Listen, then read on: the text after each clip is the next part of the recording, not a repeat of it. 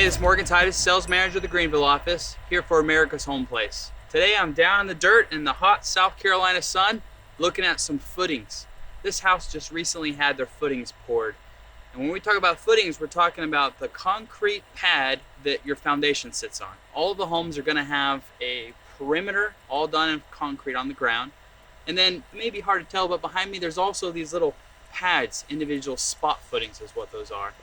The perimeter and the spot footings, that's what holds up the walls and the floor system of the house. That is your foundation. Your foundation material, like your block or your brick, sits on top of the foundation or those footings. One other thing you'll see behind me is some footing step downs. It looks just like little stairs over there, little steps. That's what it is. Because of the grade out here, there's a slight slope, but just enough slope to have the continuous footings need to step up a notch and keep going like this. That's what a footing step down is. That depends on your grade, and your project manager at your site meeting will walk you through that as one of the potential charges to your site cost. It won't be long before there is framing and walls and a roof up overhead. So after the footings are poured, a foundation is laid on top of it.